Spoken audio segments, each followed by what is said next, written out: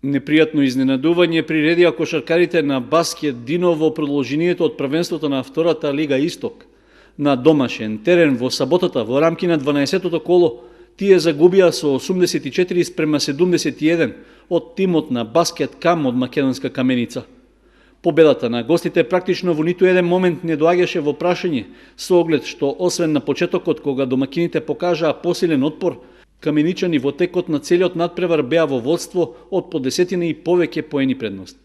За намалување и облажување на поразот на домашните не помогнаа ниту честите измени на играчите што ги правеше тренерот Сашо Лазаров, па губењето на бодовите на крајот беше и објективен исход. Во моментот Баскет Дино и Баскет Кам се изедначени и имаат по 13 бода. Се наоѓаат на 7-то, односно 8-то место на табелата. Во следното коло, кошаркарите од Кочани ќе гостуваат во Скопје на средба со третопласираната екипа на Карпош Соколи.